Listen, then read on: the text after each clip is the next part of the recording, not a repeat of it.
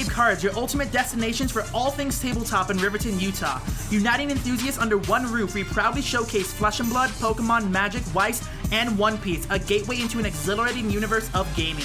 Immerse yourselves in our diverse products, including a very squishy array of Japanese plushies and the excitement of Gashapon machines. Our expansive play area invites you to duel in epic battles and forge unbreakable bonds with your fellow players. We open our doors every day at noon, embracing a realm where cards come alive and unforgettable moments are forged. Come join us at Kayfabe Cards. This is the Instant Speed Podcast. This is episode number 101, and I figured this is kind of like, we'll call this is like season 2. I don't know. Like, it's just there's a whole new digit involved. But a long story short, I have Matt Rogers, who needs no introduction, so I will just skip along to say, hello, Matt. How are you, buddy? Hey, Flake. Good, mate. Thank you.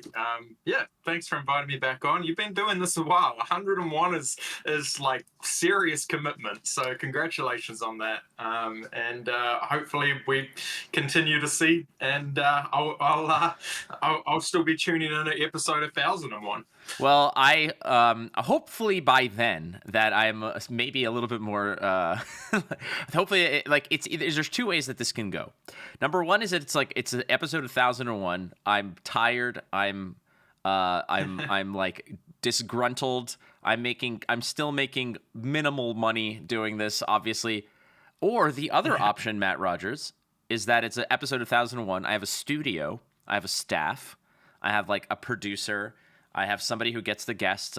And all I do is I just show up like Conan O'Brien style, just sit at a desk, have some fun, have a musical guest, do all that nonsense, do skits. I mean, that would be the dream, in which case Definitely. I would need like a sidekick, Matt. And I think that maybe that could be you. Yeah, I can kick you on the side. Yeah, you could be like my Andy Richter on the side. On the side that'd be good. But the most important thing is having you on here, not just because obviously you and I are buddies, and sometimes you always bail me out, but I always bring you on when there's stuff to talk about that you have a lot either to do with or you have a great insight on. And in this case, it's actually both, because we want to talk on this episode about obviously Bright Lights and Mechanologist and this mech revival, as it were, or this new age of mechanology, which you yourself as a Dash main or as a Dash player would have a great idea of how this set's going to impact the meta, etc. But beyond that, there's also news regarding PCG and your grading company, which we'll get to.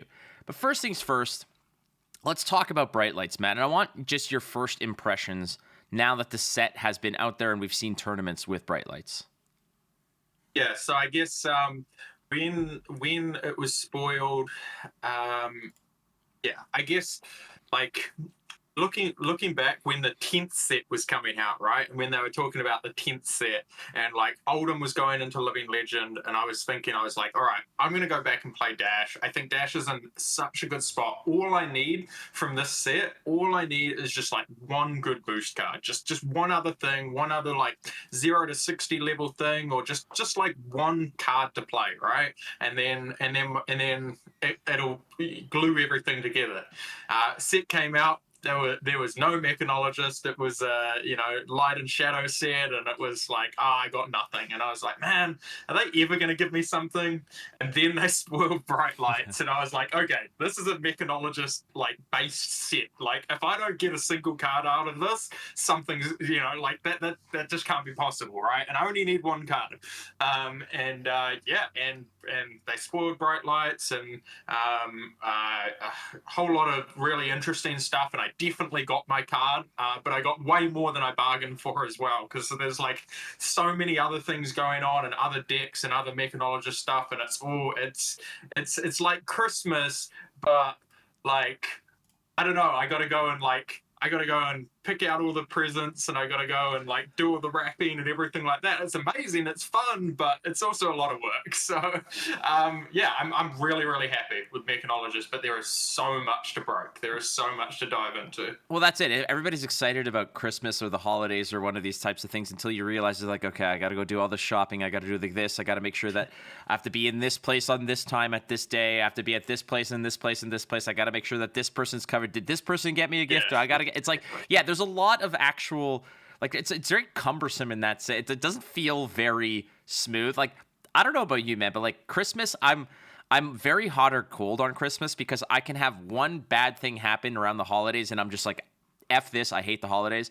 And other times I'm like, you know what, I like this, where it's no stress, I have everything done, I just show up, go back to, you know, Montreal where my parents are, hang out there for 4 or 5 days, and just get stuff full of food, and it's all relaxing, and I just, you know, have a good time. But that's usually not the case. So for me, I feel like that's a really good way to sort of equate a new set. I'm not an architect. I'm not a designer. I'm not a deck builder.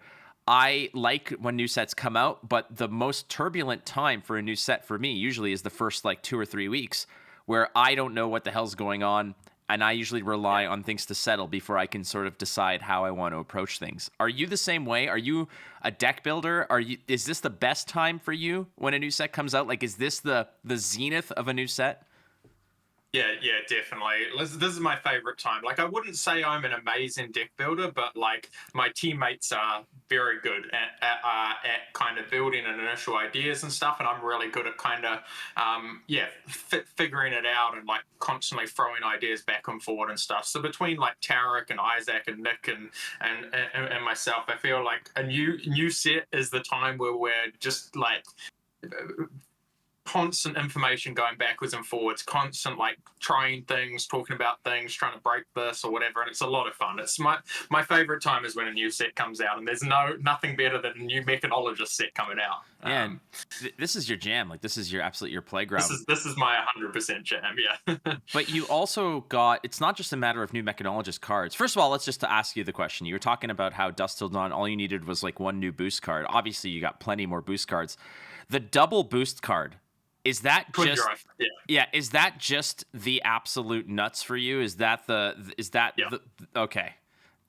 Yeah, twin. Well, yes and no. Twin drive is what I needed for my dash deck, right? So the dash deck that I played for the last like 3 years or whatever, like that really desperately just needed one more card. Twin drive is that card. Like, the deck is complete now. It got everything at once. It's good.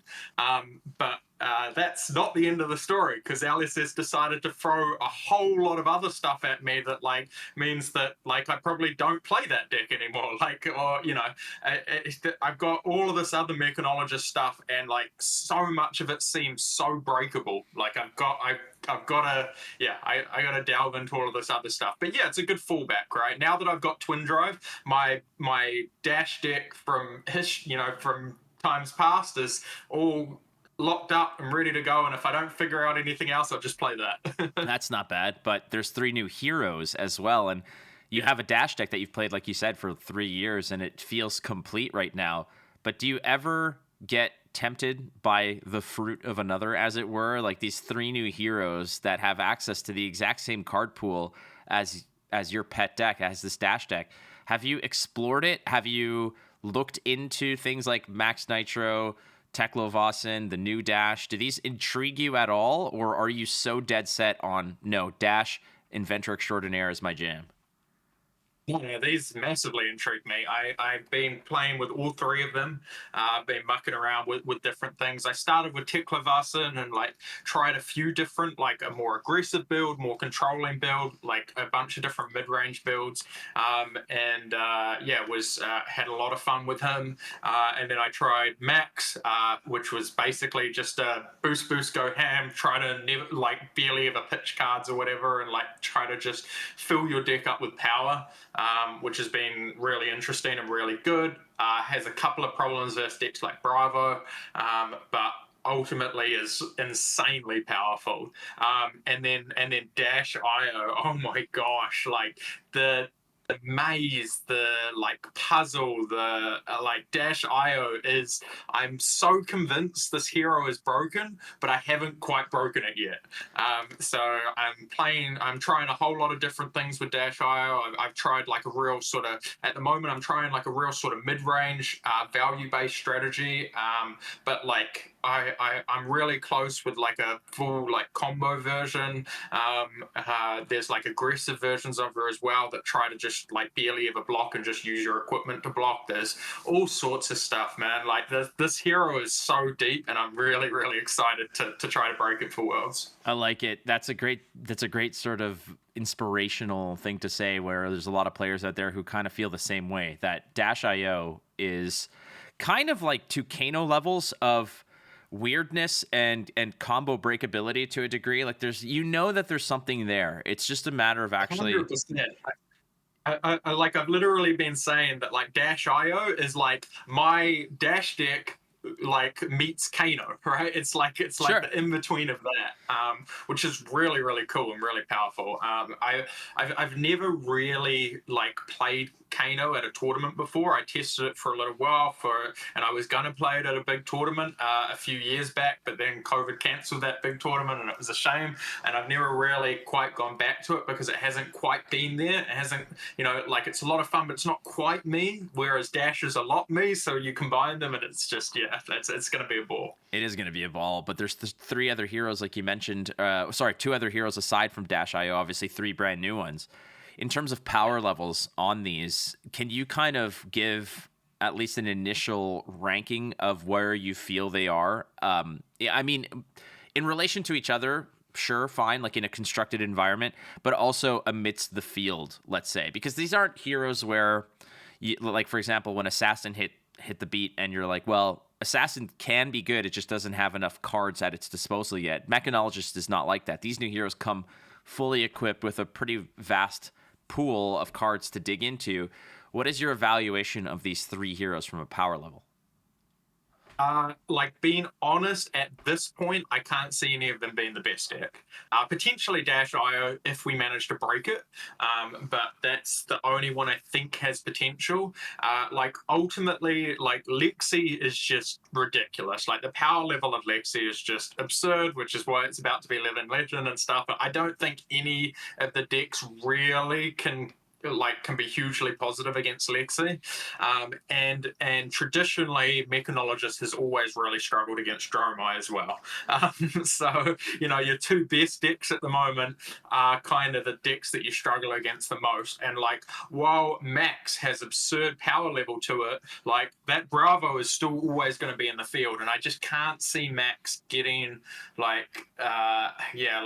it's just so hard to get a positive matchup this Bravo with Max. Like there's all sorts of things you can do with Mechanoid and stuff like that, but I think ultimately a good Bravo player will still just beat you the majority of the time. So like I think all of the Mechanologist heroes are going to sit at that sort of tier 2 mark. They're not going to be the best deck. They're probably not going to beat Dromo or whatever. They are going to beat a lot of the fringe decks or whatever, and they are going to be a player.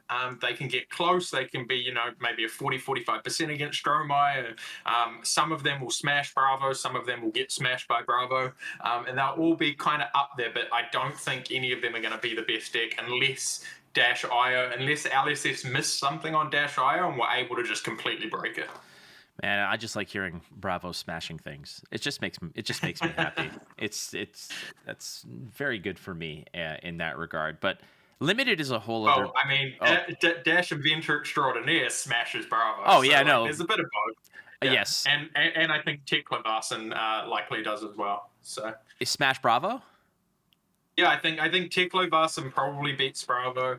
I think Dash Inventor Extraordinaire beats Bravo, but I think Max gets destroyed by Bravo, and any sort of mid-range or non-combo-centric Dash.io deck probably gets destroyed by Bravo as well. Oh, you don't know how many buckles and buckling blows I'm playing though. That's the beauty of this. Yeah, okay, fair enough. I mean, that is a way to really get Teklevasen. But the thing is, like, Teklevasen can still operate on just 3 equipment.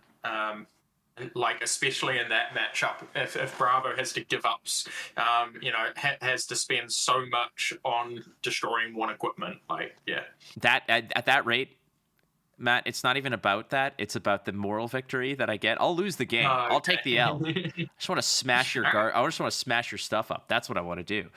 I will show up with 9 buckling blows, 3 buckles, and whatever the hell else attacks equipment. That's the move. Okay, that's the move. But That's the power play. All right. Well, yeah, I mean, you got to sort of. Can't wait to see it. Well, it's good. Like, you will be waiting for a while, but it's still good. But the key element here, also, Matt, is that limited is a completely different animal than it comes to CC, and Bright Lights has had, at least from what I've heard, a majority positive response, a positive review from many people. However, I will be completely honest with you, a lot of high-level pro-tier players that I speak to also just aren't into it at all. They were intrigued by it at first.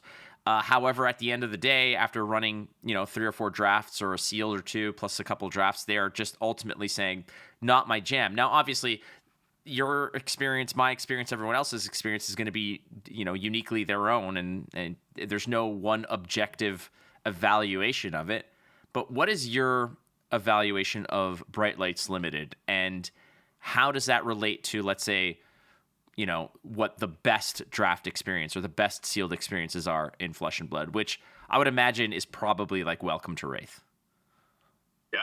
Yeah, I think it's actually quite similar to Welcome to Wraith, because like you are playing a full there's not all this crazy like tricky stuff and arcane damage and things like this. You are just playing a full value metric game, and just similar to Welcome to Wraith, you have to really consider like deck damage and deck size and like the fatigue strategy throughout the game as well, right? So I think in terms of fab sets, this is the closest we've ever gotten to Welcome to Wraith, and I'm really excited to draft it. Like I've played a couple of drafts so far.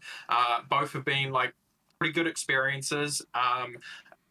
What I immediately thought was quite a basic draft set, and I was like, okay, LSS are printing a new player friendly, super basic draft set that like means that you can like switch between classes throughout the draft, and you don't get destroyed if like you are one class and 2 people pass into you or also that class or anything like that. You can easily just switch out, and that is true, but it's also like so deep. Like I think a few key cards in this format make the draft format really deep for all 3 classes, and I think that anybody that like drafts 2 or 3 times and gives an opinion of I don't really like this draft set, I think you need to go draft another 10 times before I think there's a very good chance that your opinion will change. I think that there's so much to explore. Like I'm thinking about for Worlds, I need to get like 20 or 30 drafts in to like properly nut down and figure out this format, because I can already see like so many different like sub strategies and ways that you can kind of like build towards a game plan in each different class like throughout the game. So it's really interesting to me. Well, that's the thing, is that a lot of these people are going to have to do that because they're going to Worlds, right? They're going to have to compete. So, and like we've seen it in the past. If actually the US Nats was such a eye opener for a lot of players who, not that they didn't put the effort in, but if you don't respect the limited portion of like these major tournaments, you can be exposed. You can start the day 4-0, and if you 1 and 2, at the end of day 1, it can be devastating. So we'll see a lot more limited, but this does bring it into Worlds, and the impact of Bright Lights is set on not just the metagame, but obviously the fact that there'll be a Bright Lights limited portion to it. We could talk ad nauseum about that, but a lot of people want to ask and talk to you specifically about the metagame and how Bright Lights is going to shift potentially the metagame. We had Battle Hardened Milwaukee, we had Battle Hardened Toulouse, there was a couple other tournaments that went around, and they were all won by Lexi. That's the other aspect of it, but there was a decent enough sort of spread of other heroes, and we started to see the sprinklings of these new Bright Light heroes. How do you feel Bright Lights is going to ultimately impact the meta at Worlds? Because it's a month away, so there's time to digest. Do you think that it's going to actually, create a ripple in that metagame? I mean, nowhere near as big as a ripple as Lexi leaving is going to create, right? So I think that's going to be the biggest changer of the metagame is Lexi leaving the metagame. what I like about Mechanologist is it reacts to metagames really well. Like the thing is, within the Mechanologist class, you really always have a deck that can sort of like pivot and change game plans, like build towards something, or just like go ham, or just, like you get to play from all of these different angles. So I do expect the Mechanologist classes to kind of form and adapt to the metagame, which will start to which will start to move the metagame as well. But at the same time, yeah, like I don't think there's any decks that are just like going to dominantly shut things down like Lexi does, or that are so far above rate.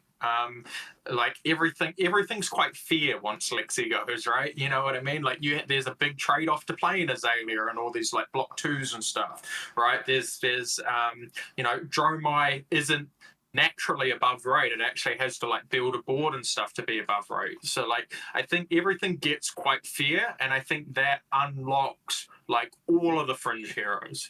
Like I think we could definitely see a metagame going into worlds where like almost no deck is above 10% of the meta, and like in the top tables you're seeing like 10, 12 different decks. Like I literally think that's what's going to happen. So I don't think Mechanologist is going to be a huge portion of the metagame, but I think I can definitely see a world where all 4 Mechanologist heroes are represented by like 2 to 4% or something around there, and like collectively like they are a decent-ish portion of the metagame, and you do see the different decks around. But yeah, I think most importantly, like Lexi leaving is just going to open up all of these other heroes to really come out.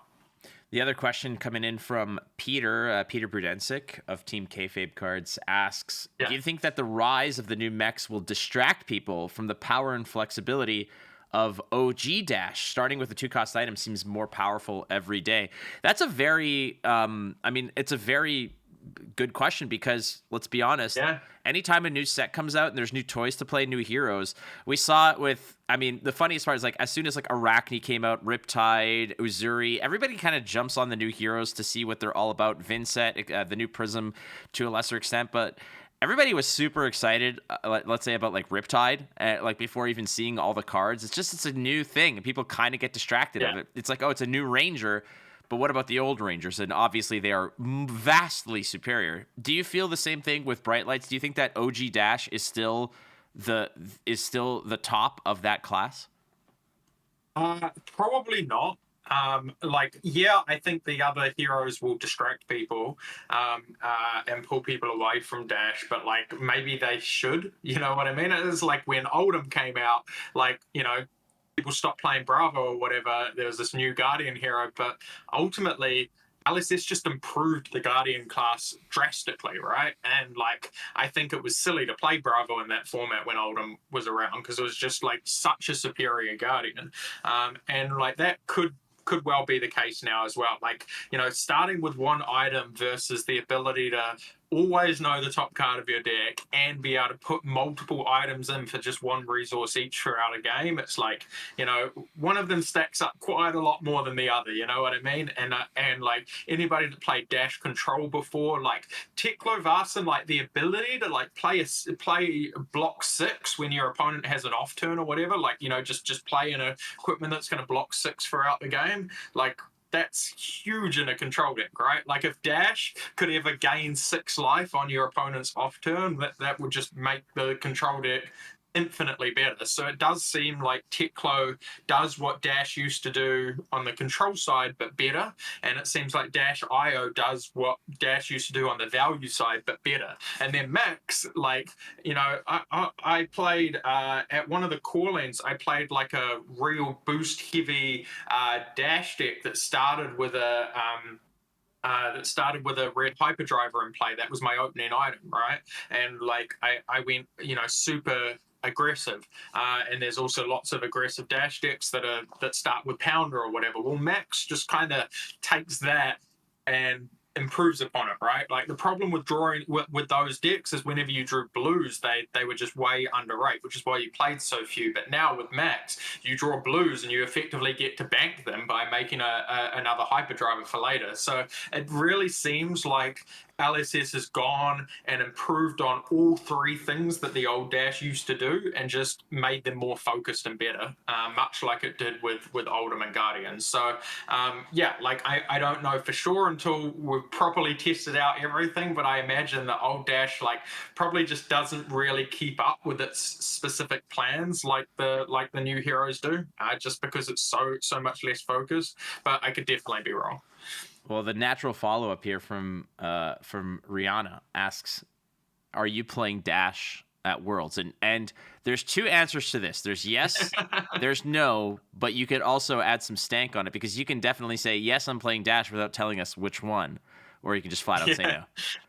I really hope I'm playing Dash. I really hope I'm playing Dash IO at Worlds. That's if I'm playing that at Worlds, it's because I broke it, and that's like number one. That's would be my most favorite thing to do this Worlds, is to break Dash IO before anybody else does, and then turn up to Worlds with it, and it'll be amazing. I think there's a very very high chance I'll play Mechanologist at Worlds. I just feel so at home with Mechanologist. I like Teklo-Varson. I like the Dash decks. I'm not a huge fan of Max, and I think he has some problems, but he is really powerful. He does beat most things, like destroys most things, but then yeah, he's got some auto lose matchups as well. So but yeah, I'm really at home with Mechanologist. I'm probably not going to spend much time testing like Dromai or Azalea or anything, or Bravo. I don't like Bravo at all. Well, that's because you're a terrible human being.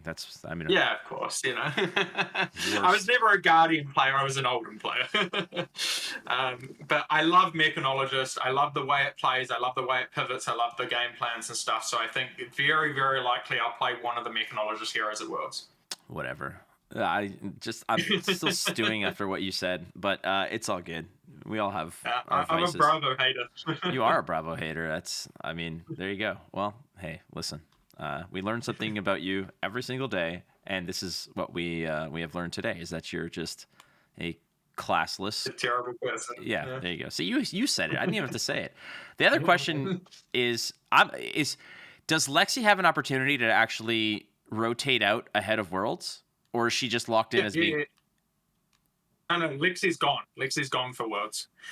She didn't cross over yet, but I mean, given what's coming with the PQ season and all that, like it's pretty much a sure thing. I think it's pretty much impossible for her to not live in Legend. Yeah, like something drastic would have to happen. Okay, so that's pretty sure she'd still live in Legend. Yeah. Well, that's the other question. Is like what I was curious about ahead of this. I forgot that there's another evaluation in the legality of Lexi, but if Lexi is still in it, miraculously so, this becomes a situation of you basically have to prep your deck and all your strategies. Like, for example, going into PQ season, there's a lot of people, this could definitely apply to that. For all the people who are kind of looking to prep for the CC ProQuest season, everybody's just kind of, asking themselves, is it worth it to even consider any deck that doesn't have at least a 50-50 into Lexi? Like, that has to be the first order of business when you're evaluating your choices. Yeah, and I think it's pretty hard to play a deck that's soft into Lexi at the moment, right? Like, Lexi is the Starbo of the format. Lexi is broken. It beats pretty much everything.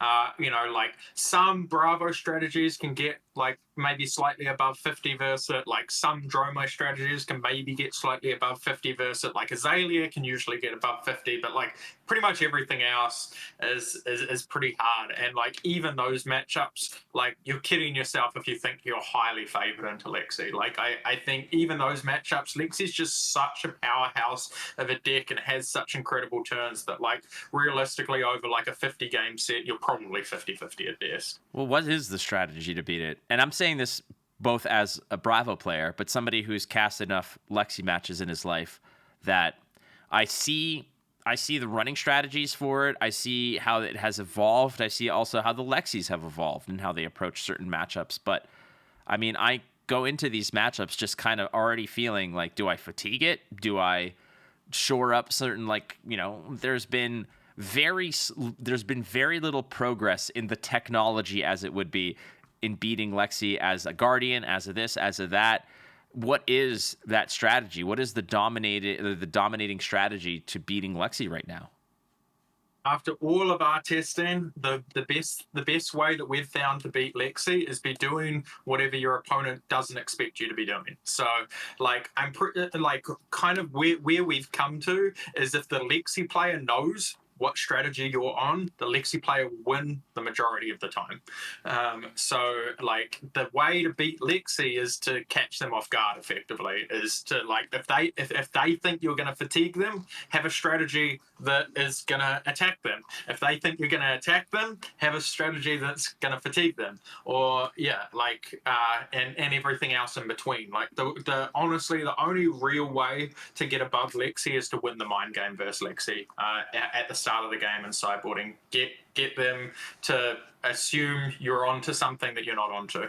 Well, with that in mind now, I'm going in with Bravo with 2 Arcane Lanterns. Just to throw them off. Well, you've just told everybody. Well, I know. Now the Lexis know. Now they're gonna beat you. Yeah, now they know. But this is why you listen. This is why people listen to this channel, for this kind of Mensa level insight to the metagame. Double Arcane Lantern into Lexi, blow their minds. They will never know what the hell's going on. 100%. It's the same thing. It's like, and screw it. Go AB6. Go AB6. Just tell them to go F themselves. Why not? I feel like that's Well, it was pretty funny at the call in Birmingham. I played against Michael, who was like this at the time, like number 2 in the world on constructed elo, right? And he flipped against me. He flipped Null Rune Boots, Null Rune Arms against me, and I was playing Dash versus his Lexi. So there you go.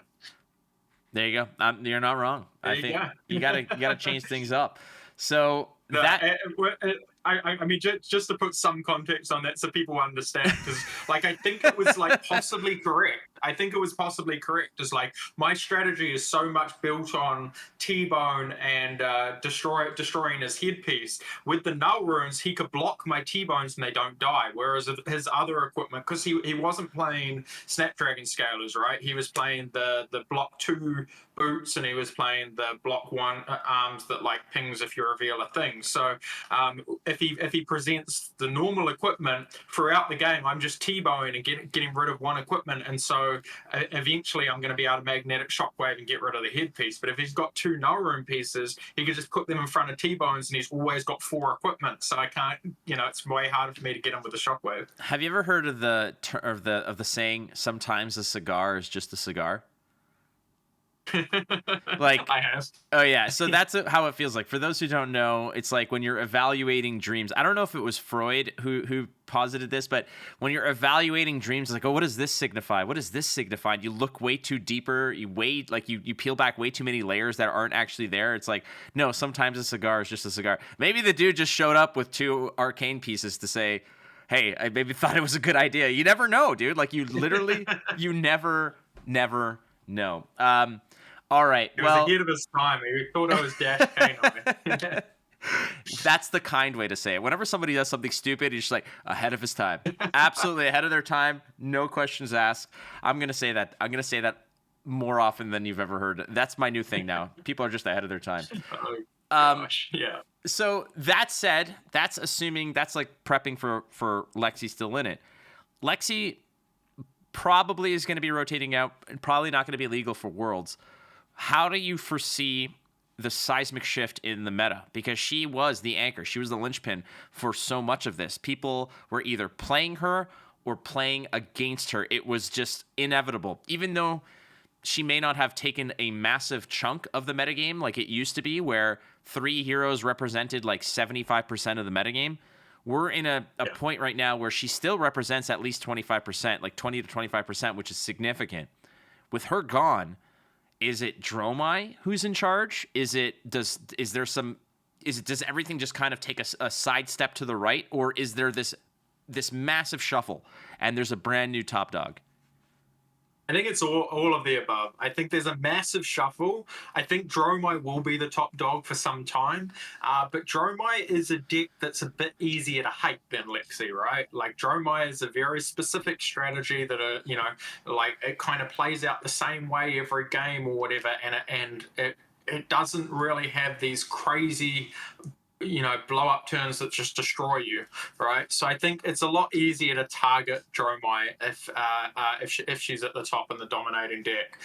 So I think for a short time Dromai will be the best deck, but I think there will be a massive metagame shift, and I'm hoping that it's just a huge spread, that nothing's over 10% of the metagame, and that there's just like 10 plus viable decks, and we're in a really good place. And I can definitely foresee that. I can foresee that happening. And then there's all these different decks, and then I come along with Dash IO and combo everybody out and kill everyone. Yeah. Well, you've taken that dream a little too far. But yeah. You never know. That would be, trust me, that would be absolutely exciting. Like I was doing. I'm gonna keep copying as much as Tarek laughs at me. I'm gonna keep going. Oh man, you should. He's always in my DMs talking about all your harebrained schemes about random stuff. He loves you, by the way. It's just funny. He's like, man, Matt's just sending me all kinds of weird stuff. That's how I got your super secret rap, by the way. Which I hate Tarek for that. I'm never gonna forgive him for that. We'll get to that eventually. Actually, that's a tier 3 Patreon exclusive. There is a recorded Matt Rogers Flesh and Blood rap that will launch exclusively here. Now, this is what's fascinating about You're this. going to get people leaving your Patreon. You realize this. Or like you signed up to a Patreon and you got some white nerd boy with glasses trying to rap. Like, that's literally the worst thing you could ever have paid for. Or this is the dawn of like a Flesh and Blood record label, and I'm like the Dr. Dre of Flesh and Blood. Absolutely not. No? Oh, okay. Well, either way. We'll get to that rap eventually, but yeah. It's, Can we not? We'll get to it. Well, we will. That's the deal. So either my Patreon explodes or it just goes ghost town on me. But still, it's fun to hear that Matt Rogers icon is still open to having a good time. We love it, man. We love it. So we've talked about bright lights, the meta, all that jam. Let's talk about PCG, Premier Card Grading, which is how this started. We've talked about it before, but this started, a year, like a little while ago when you launched this endeavor. At the time when you kind of 3 years now. 3 years. Is it that much? I was gonna say 2, and I felt that it made how quick all of this is gone. Yeah. Holy Moses. Okay, well, you're 3 years into this, and when you launched this, it kind of, I guess, was a little bit of a side project, but not to say a side hustle. Obviously, you wanted to build it up to be what it is today. But this is essentially your day-to-day. This is your everything right now, right? Yeah, well, I do 2 things. So I run Geek Culture Distribution, which is my distribution company that supplies local game stores, right? So we distribute, TCGs and accessories, all LGS-centric stuff. But I've got a really, really solid team and an amazing general manager and stuff. And that company, mostly runs without a huge amount of my input. And I get to focus kind of a lot of my fun and ideas and inspiration and stuff on PCG. And PCG has grown dramatically in the last couple of years. And obviously, we've done some really high-profile partnerships, and we've got 5 offices around the world now. So, it's like 30 plus staff. It's like, it's become quite the operation, and it's a lot of fun. Well, that's awesome. And this is, I don't want to say relevant. It's always relevant, but it's sort of back in the spotlight recently because of your U.S. offices, I suppose, that have been, to a degree, is it acquired? I don't know the business terms. I'm a doofus when it comes to this stuff. But Rudy of Alpha Investments has essentially purchased 69% of the U.S. branch of PCG. Yeah. Can you talk to us a little bit about how this came to be, where those initial connections were made to sort of launch this business deal? Yeah, so I guess the history of it, like 3 years ago, we started PCG in New Zealand as a grading company in New Zealand, and it kind of took off a bit here. And then we wanted to expand. We wanted to expand into the US because that's a really big market. And like the plan with PCG was to create a model where we could, have consistency and license it out around the world, right? Because I think it's just a much better situation to have local businesses and management teams and stuff that understand their local market than just like one USA company or whatever that just grades for the whole world. So we looked for a USA partner, somebody big enough to kind of take us to the next level and help us really go for it in the US. And so we talked to Channel Fireball and eventually licensed to them. So we still ran the New Zealand office and we licensed the USA office over to them. And so Channel Fireball 100% owned the USA branch of PCG. And we own the license of PCG as a whole. So we still train all of the staff, like all of the cases, label, everything like that is all done from us, from our HQ in New Zealand. And then, they follow our standards and everything like that. From that, we expanded and did the same thing in Australia with Good Games. We licensed to them. Did the same thing in Malaysia with Invictus Forge. We licensed to them. Did the same thing in Germany with White Rabbit. We licensed to them. Things have been going amazing in all of the offices, but not quite. America still wasn't really what we wanted. We had quite a few problems with our licensee there. We had really, really consistent standards coming out of all of the offices, but USA was not quite all that we wanted. They weren't perfectly following. You said so the US licensee was Channel Fireball. Yes, US licensee was Channel Fireball. So, Rob and I went over there about 10 times. We were constantly having to make trips to the US like every couple of weeks or whatever because they went through staff so quickly and we'd have to keep training off new staff and putting them through the program and signing off the staff training and everything like that. And it was a little bit of a mess. So ultimately, we wanted to get out of that license and find a new licensee. Given the contract, like Channel Fireball owned the USA branch, they weren't 100% happy with everything anyway, and they ended up selling to eBay, which we didn't want the PCG to be sold to eBay as well because it was a big corporate and it's just, we're still a startup. It's just going to put up too many brick walls for us and mean that we can't have enough control. So we put together a deal with Channel Fireball we started talking to Rudy, who was really keen for the US license and to help things take off there, and he had the resources to build a full facility, to hire a big amount of staff to really give US a serious go, because our competitors in the US, PSA, BGS, these are hundreds of millions of dollar companies, right? So Rudy had the actual resources to really take them on. So we put together a deal with Channel Fireball where Rudy purchased 69%, acquired 69% of the company, and we acquired 31% of the company. So this gave us some ownership as well of our US branch and gave us a little bit more control, and then also managed to partner up with somebody that had serious resources to throw at the US like Rudy.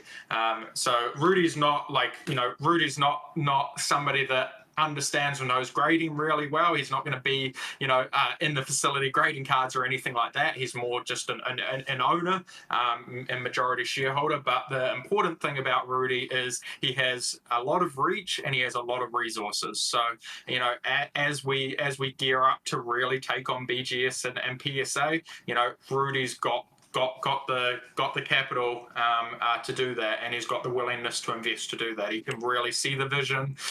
He loves the brand, he loves the vision, he loves working with us, and he can really see a way that we can break into that market properly. How many boxes of MetaZoo did he trade for that? I'm kidding. I'm kidding.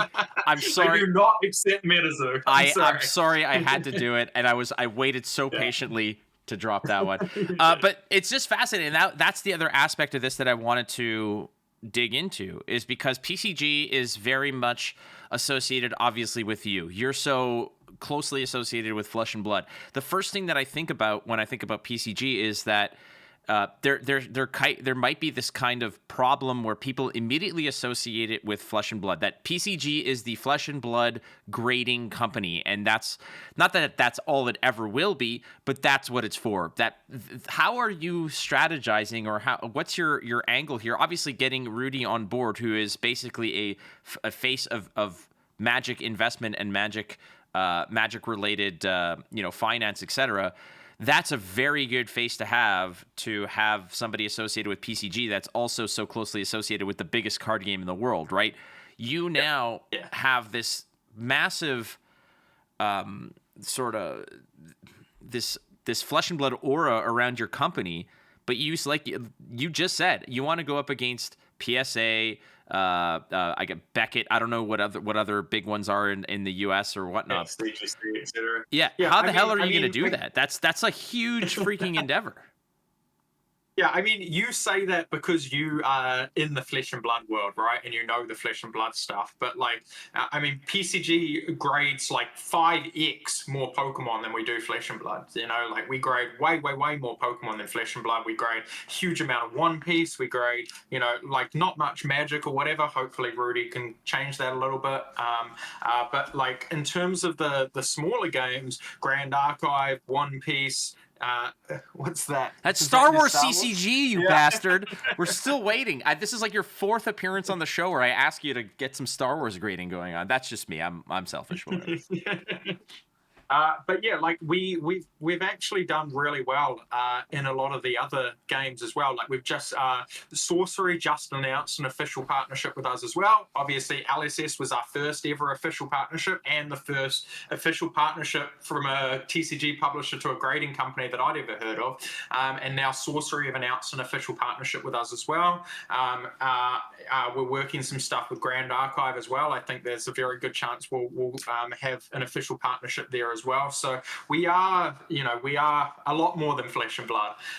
And I think, in terms of taking on these American markets, it's not going to be a small feat, but realistically, we have achieved that outside of the US. We are the dominant grading company in New Zealand. We are, one of the most dominant grading companies in Australia. We are the dominant grading company in Southeast Asia. So, our Malaysia office has really taken over Southeast Asia. I'd say, we are the grader of choice there. In New Zealand office,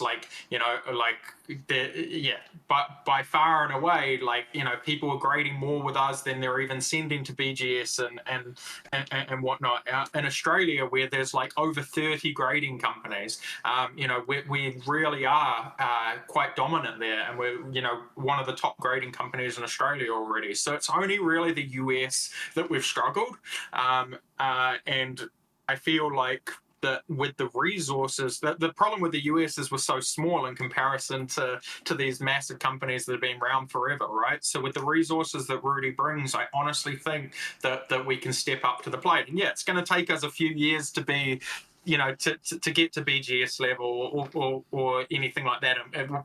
It's very unlikely we'll ever get to PSA level.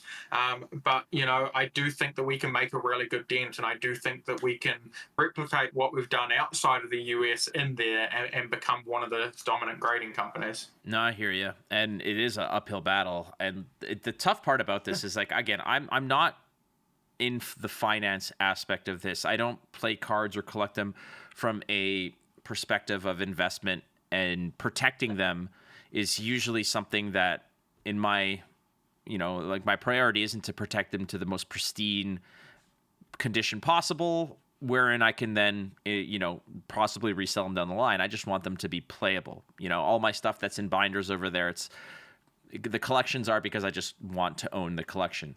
But for some, it's a very murky water when it comes to grading cards, and that whole additional realm of card collecting aside from card playing. It's like there's these two different entities that kind of operate on a different side of the equator that almost very rarely see each other. It's weird in that regard, and I think that I wouldn't say it's a bad taste in my mouth because I'm not really in this, but I see, for example, the Lorcana absolute absurdity. Like it's crazy how this goes. And when it comes to PCG and placing yourself amidst the field of other companies that are out there, I have these discussions with friends of mine who are incredibly skeptical about grading, not from the perspective of you don't believe in protecting cards or anything, but they feel it's just it's lost value on a card, that it doesn't really do anything. And then you add the layer on top of that, for example, of like the D23 Disney Lorcana, the first wave of cards that were ever printed and ever released, this 7 card set. The amount of PSA 10s that exist is absolutely freaking unreal. And you have to think of like, how the hell did they print X amount and like 60+% of those cards that are graded are 10s? Like it doesn't make sense. Like that can't happen. So I guess the first question I want to ask you is the legitimacy of a grading system, a legitimacy of a grading company in itself, and what that does for a collector. Yeah, so I mean, grading companies like are 100% built on reputation, right? Like, you know, you have to be confident in what you're going to get and trust that what you're going to get is, you know, based on what the condition of the card is. I think PSA's model is very, very different to ours, and very different to a lot of the grading companies.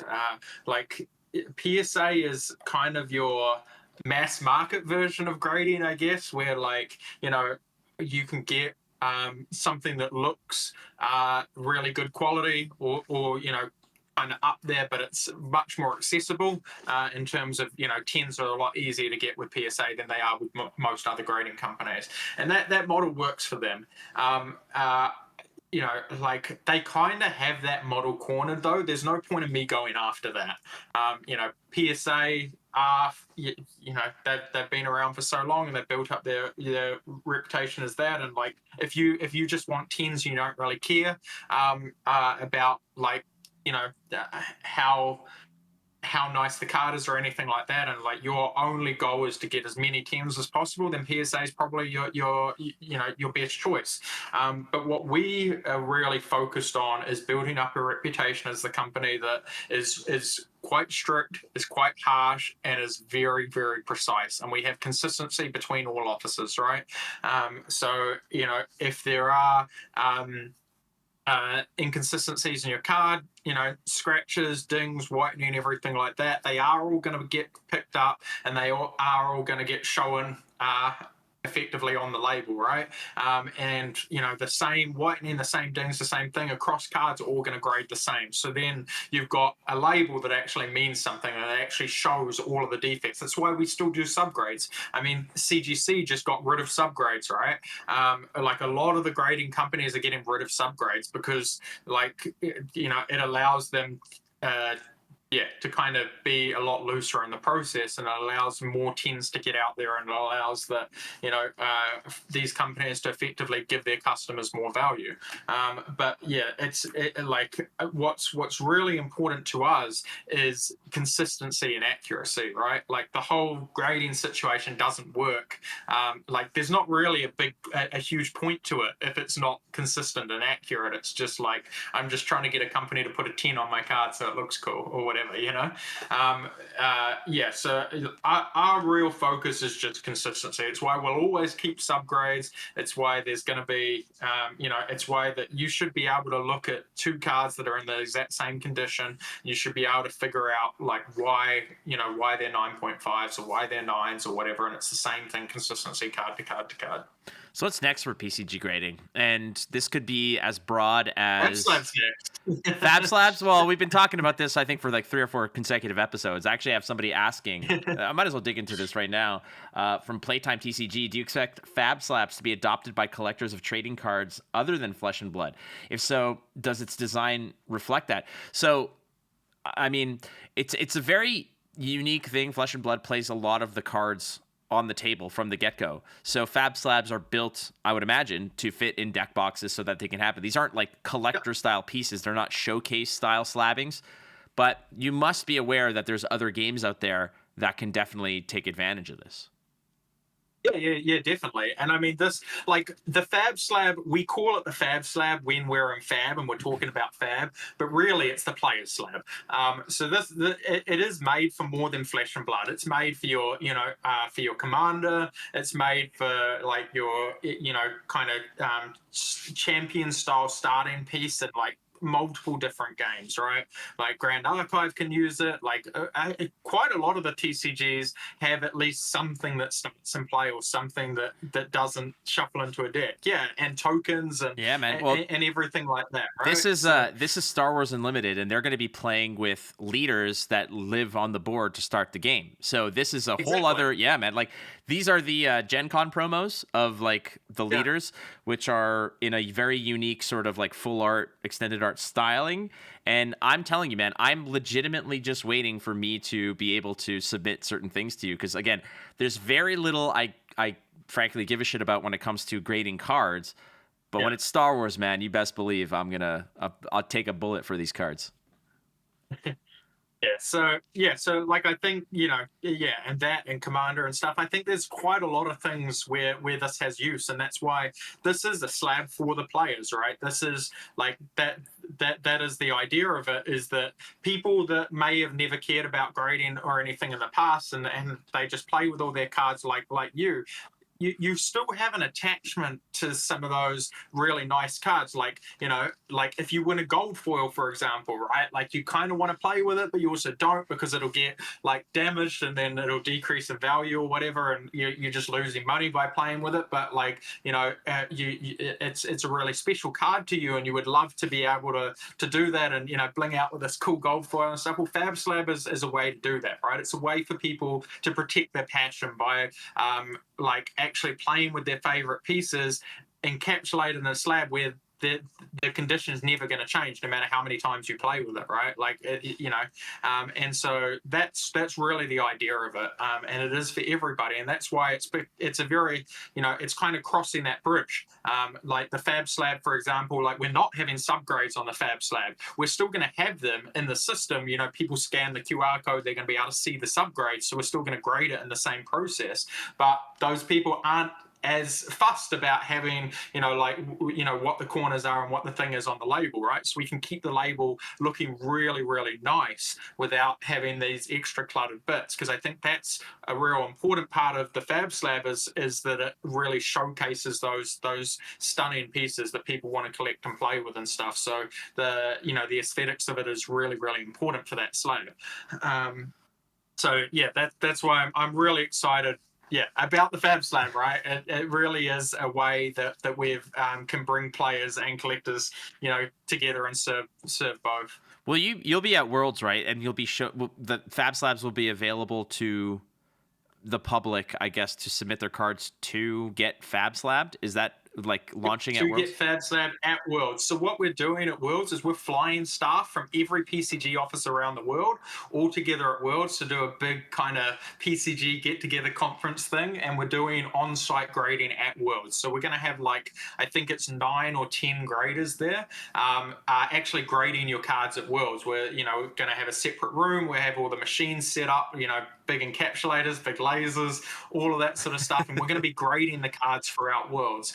So you're going to be able to drop your card off on one day and pick it up either later that day or the next day or whatever, and you're going to be able to get your stuff graded on site at Worlds. And we're going to be also going to be doing like a VIP thing for people that are playing in Worlds, where they'll actually be able to give their cards to us on the Wednesday and before Worlds, and we'll have them graded and encapsulated for them to pick up on the Friday morning before the event starts. So if you're playing in Worlds, you're going to be able to get your hero equipment, stuff like that, graded to play with at the main event, and you'll just pick it up on the Friday morning from the booth. So that's a cool thing that we're going to do, and I'll put some information out about that, tweet out about it and stuff as well when that's all properly set up and when we've got confirmation of exactly when and where we can have all the machinery set up and stuff to make sure we can grade and encapsulate on Thursday. That's so cool. I like to hear that. Like that's really rad, where people can come in and just have it ready to go and be the first out of the gate to show it off. I mean, I guess the dream for you is to have that thing on on stream, like have somebody with their Yeah, graded yeah. gear. I want everybody on camera to be playing with Fab Slabs, but this is like Fab Slabs for the players, right? So I think this is something that's quite important to me and to us, is that people that play the game, people that are playing at the most prestigious event in the World Championships, kind of get to experience this. This is built for them. So I want I want them to have the first experience at this. And if you go to the PCG booth and you tell the person, you say Flake sent me, you will get $5 off. No, I wish that would be. That's not a thing. I don't have that kind of sway, but. That is really cool. Well, no. You're just going to pick up the tab for them, right? Like, we're just going to note down every person that says that, and then we're going to come to you. All right, Flake, we sold 240 things at $5 off. You owe us $1,000. Yeah, that's good luck on that one, my friend. Yeah, that international litigation is going to cost you more than what you're getting from me. But I do kind of want. I want to see that back room. Would you be willing to sort of show me that little back room operation with all the? You said lasers, man. I was like, I'm in. Let's go.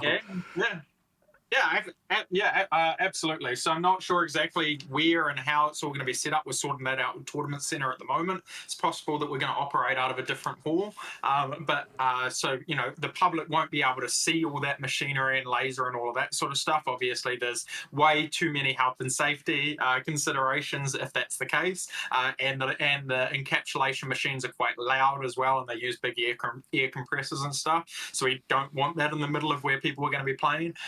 But I am more than happy to take you behind the scenes. You can record a little bit if you want, nice. And I'll show you the full process. From we could take one of your cards and do the whole process with you and show you what it goes through really from start to finish, if you like. Yeah. Okay, so this is new information for me, because I own exactly 0 graded cards. I don't think I have anything that I'm willing to get graded. The only vanity piece that I ever purchased, a card that I was like, I want to buy this. I have the standard version. I bought a scuffed up cold foil Anathos because I'm like, I just like Bravo. Like, it was super discounted because it's like scratched to hell. It might be funny to get my scuffed up Anathos graded as like a 6.5 or something terrible. Is that? Can we do that? Or Yeah.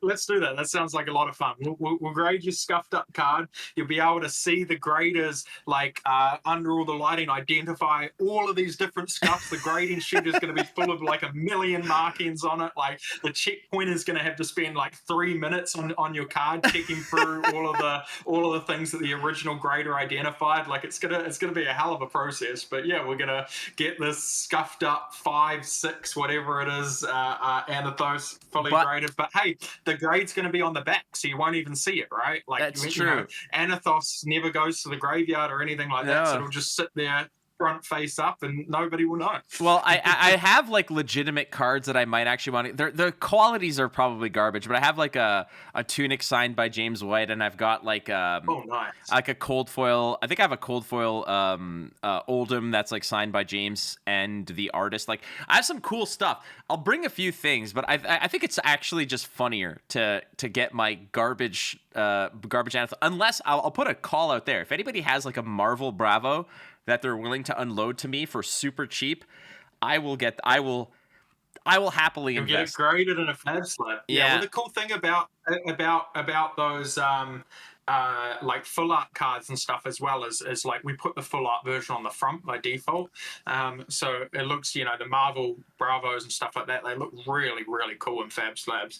And then also on that, with your signature and stuff, like, we do signature authentication as well. So on the label, it'll say signature James White on it. And we have most of the Fab artists. We have a partnership with Art House Syndicate to verify all of the artists and stuff, and submissions from each of the artists and stuff. So we verify almost all of the Fab artists, and then we also have James White, and we have a few other personalities in our database as well. So we authenticate all of those signatures and actually put it on the label itself. It'll say signature James White. Perfect. So I haven't received any communication from PCG regarding authenticating my signature. I would imagine it's just because you have too many and you're just like, it's not worth my time.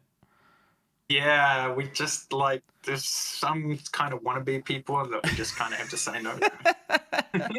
It's okay. I know my position in this community. It's all good. This is really cool. I'm actually excited because I want to see this whole process. When you showed me that video a long time ago, but when you finally like figured it, like got the laser engraving stuff going on, I was super into that. Like that was awesome. It's cool. It is really, really cool. Yeah. So that basically wraps up most of the conversation that I wanted to talk to you about. Again, the wrap itself, the Matt Rogers wrap is going to be on Patreon. It's going to be a tier 3 exclusive. So frankly, like a dozen people are going to see it, Matt. It's no big deal. But awesome. My hope is what I'm going to do. Wait, can people clip it from Patreon? I don't think they would. How does it work? Does it go up on YouTube? It goes up. So the way that it works essentially is I have like a secret YouTube channel that's unlisted.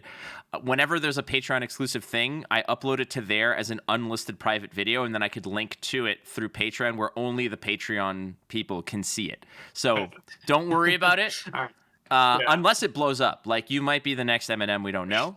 We're not sure. We shall see. That said, friends, if you want to see Matt Rogers, I've seen it. You don't, honestly. I promise you do not. Oh, but you do. Matt Rogers in his nerdy glasses, like situation, trained to rap for Flake. It's just, it's not something you want to see. I promise you. This has just been spare yourself. But this has been in the works, man. Like this is like 4 or 5 weeks in the running here because I remember I put in a request to you if I could have it for my 100th episode, and unfortunately you were super busy. Then you were traveling. You couldn't. You apologized so much, and I appreciate that you actually followed through with this because then you sent me the video, and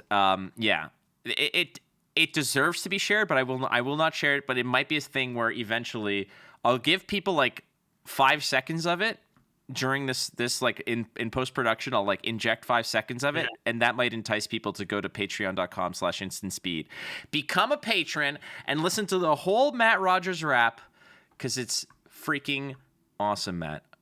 It's amazing. It's really not. But I'm glad it's over and done with. I'm glad we're square, we're even. It's like never. Oh, never we're have to even do now. anything like that ever again. All we're right. even for life. I mean, you haven't watched the video yet, but I told you in the video, like it doesn't matter what I do to you now, from now into the end of time, we're even for life. That's the deal. And if you don't, and by posting the video, you agree to that deal. Am I still invited to your wedding? Yeah, of course. Perfect. I will definitely make it up to you there somehow. Don't you worry. I will find a microwave. I will find a microphone or a microwave. I'll find a microphone somewhere and definitely make it. You're gonna do a rap at my wedding? Are you kidding me? Here's a fun fact, a little fun fact that many people might not know. I went through a span of somewhere, it was like 4 or 5 years ago. It seemed like every single one of my friends were getting married. I went to 10 weddings over the course of 2 years, okay? And they weren't local, like 10. I'm not kidding you, 10. Yeah.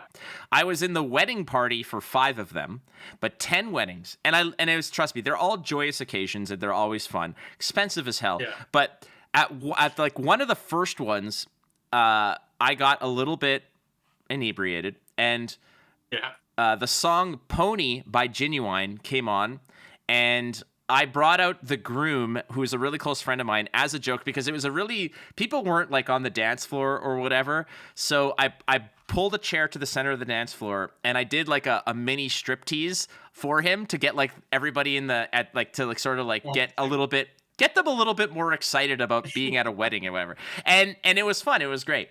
Well, the next wedding, like 4 or 5 months later, somebody requested that song, and I was like, oh, I love this jam. And then they're like, Flake, get over here. They pull a chair up, and they're like, you know what you got to do? And then of those 10 weddings, I did it at 8 weddings because people kept requesting me to do it. Yes, I swear to God. Okay. It got to a point where... You do not need to do it at my wedding, okay? I'm just going to say that right now. I'm not requesting that. Like, no, it's okay. Sometimes, Matt Rogers, magic just happens. You don't need it, but you might want it. I'm just saying. I do not want it. I'm getting limber. I've been using the stairs more often. Okay, I do like a push-up every now and then.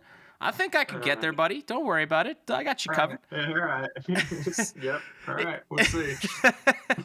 Well, that said, I love you, man, and it's always a joy to have you here, and I'm super excited to be able to hang out with you and see your whole operation there going on, and it's very inspiring to see your success, not just from a competitor standpoint, but to see what you've built and the hard work is not just paying off. It's blossoming, it's growing, and it's affecting so many people positively. So that's super awesome for you, dude. Yeah, no, thank you. I mean, it's all thanks to that positivity that I get from the community, right? Like, if people hadn't adopted us and believed in us, we'd never be able to do what we've managed to do now, and what we're still doing. So I'm just really thankful that so many people believe in me and trust me and get behind me. So yeah. Yeah, well, you're an easy person to get behind, my friend. Anyway, that said, I want to thank everybody for listening. Again, our sponsors at kayfabecards.com. Go to Kayfabe Cards. Get all your singles that you need and some wicked stuff for all kinds of games. Be who you want to be at Kayfabe Cards. Kayfabe is awesome, dude. By the way, I know that I'm just saying this, but the people at Kayfabe, I'm not on technically Team Kayfabe, but they sent me a jersey. They hooked me up. I'm doing a Pokemon tournament at the end of the month, and they're they're sending me I sent them a list that I want to play, and they're like, we're gonna send you the cards. Don't even worry about it. It's like super awesome that they're just cool like that. So go check out Kayfabe Cards. I love like super active LGSs really make these hobbies what they are. They're so crucial and so important. And Kayfabe are definitely in that realm. These active LGSs that really go out there and go the extra mile and do all of the extra things for the community. We just need more of them. Well, I mean, and like I'm gonna throw in MinMax Realm as well. Green Tree. There's so many amazing LGSs that do so much, and obviously I'm just talking about the ones that I have close relationships with, but there's so many others out there who are awesome. Also, if you are interested not only in the Matt Rogers rap, but a whole bunch of other cool stuff, you can go to patreon.com/instantspeed. For as little as $2 a month, you could support me. There's tier 2 and 3 exclusive content for you as well, so I do appreciate it. And in general, man, I just love you guys very much. Oh, I keep forgetting, I've had like merchandise like this, like see this shirt, my Instant Speed shirt. This is available at berrygoodembroidery.com/ISP at a decent rate. One of the things that I told them is like, if we're gonna do shirts and stuff, I don't want people to pay like $30 for a t-shirt. Like I want them to have it shipped to them for like under $25, and they're like, we can do that. So that's an option. There's all kinds of cool stuff over there. So thank you. Other than that, Matt, dude, sorry that you have to sit through all this commercial stuff, but I've been a while. I've been away for a while, so we got to pay the bills somehow. Yeah, 100%. Anything else you want to throw in there? Like, you come on this show, man. Like, this is as much your platform as it is mine. So, anything else you want to throw out there before we go? You already give me an amazing platform. I've got to talk about PCG. I've got to talk about Mechanologist. Like, what more do I want, Genuine Pony on blast with a stage to dance on? I'll shout out to my amazing fiance, Shelly. Yeah. Oh, she has no idea what's coming, does she? Oh, but when I roll up to that wedding and that song comes on, she will know who Flake is. That's what's happening. Oh, God. I mean, you're a fridge, you're a magnet on our fridge. She knows who Flake is. Has it survived? Is it still up there? Yeah, it's still up there. I love it. All right, friends. Thank you so much for listening to Instant Speed Podcast. Don't forget, you're not losing if you're learning. Just keep playing the game. You might win. We'll see you next time on ISP. Yes. Well, I work